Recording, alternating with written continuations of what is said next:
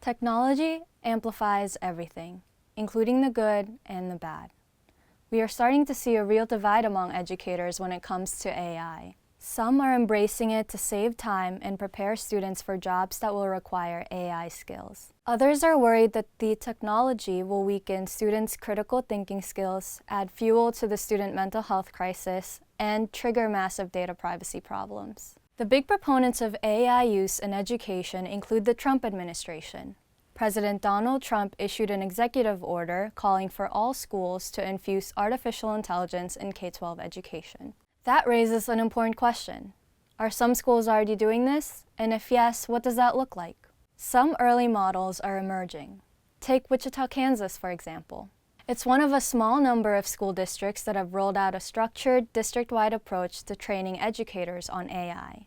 Other districts are starting smaller, giving teachers space to experiment with the technology and see how it works.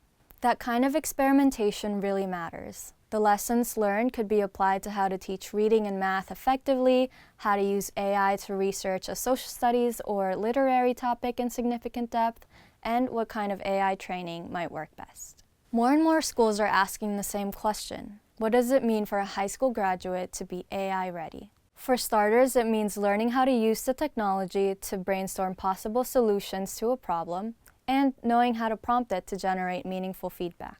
Educators at all levels, teachers, principals, and district leaders are learning that AI is not magic. It's just a tool. And when it's used thoughtfully and ethically, it has the potential to improve teaching, learning, and even how schools are run. Now it's time to pass on those lessons learned. For more, follow edweek.org.